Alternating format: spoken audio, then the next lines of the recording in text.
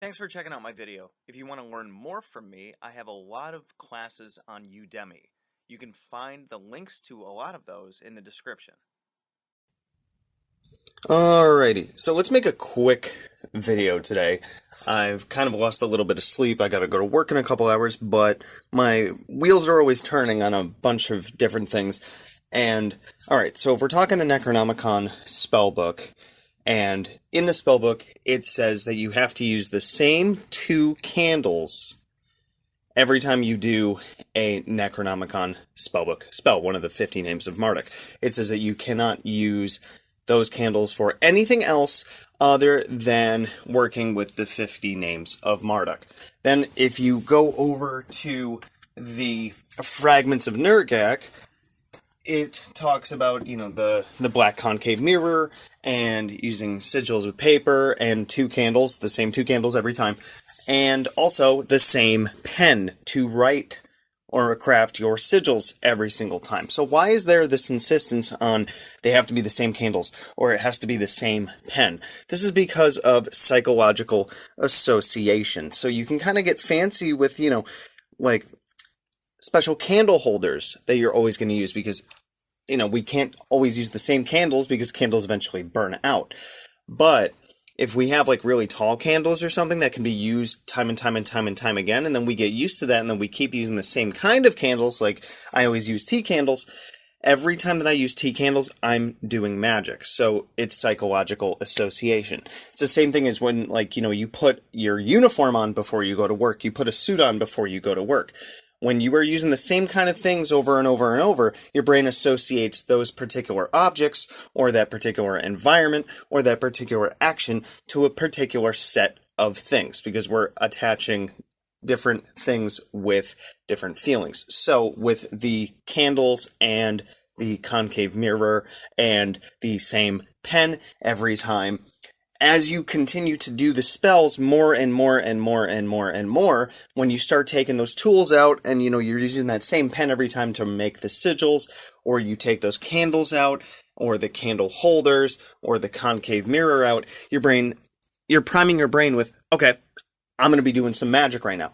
This is the kind of flavor of magic that I'm going to be doing. Your brain is calling up all the previous experiences that you have had with the 50 Names of Marduk or the Fragments of Nergak or what have you, and this kind of skips the initial steps of, okay, I got to get my head in the game here, because your brain is always trying to find ways to be more efficient. So your brain is always trying to find shortcuts. So using the same candles every single time is a way of your brain finding a shortcut to say, rather than saying, okay, what is it that I have to step into? What is it that I have to do? What is it that I have to think? What kind of mental space do I have to get into? When you get into your temple and you take those candles out and whatnot, your brain says, oh yeah, I've been through this before. I know exactly what I'm doing. So you can kind of branch this out when it comes to your ritual practice overall. This is why we change our clothing. This is why we might have a particular robe or something that we wear. Maybe we put on a particular necklace or a particular piece of jewelry when we are stepping into our ritual space that we only wear for that particular action. This is why it's good to have these kinds of things, because it's those psychological triggers that allow our brains to go in that shortcut from up work, home, TV, bed brain to magic manifestation and changing the universe into something that you want it to be brain.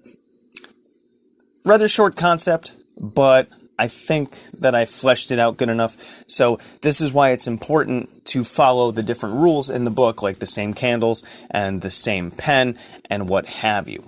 But now you guys understood, now you kind of heard what you do, or you've read it, or you've practiced it, and now you know why. Good hunting. Thanks for watching my video. So if you want to check out my playlists, I have, among others, the Simon Necronomicon, the Tree of Life, General Magic, Tulpamancy, a playlist on my books, the elements, stones, the theories that govern magic, and the gods and goddesses of Mesopotamia. If you want to check out my books on Amazon, I have Creating Consciousness, Magical Mechanics, Magical Theater, Handy Sigil Magic, Magical Movement, which is an update and expansion upon Handy Sigil Magic. Magical Mastery, which is a combination masterwork of magical theater and magical mechanics. And The Guide to the Spheres and Beyond. You can also find me on Facebook at Magickology YT. You can email me at priestofthenecro@gmail.com, and you can even check out my Instagram, which is Magickology. And good hunting.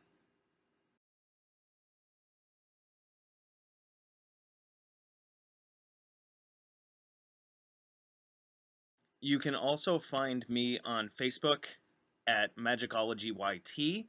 You can email me at priestofthenecro@gmail.com, and you can even check out my Instagram, which is Magickology. And good hunting.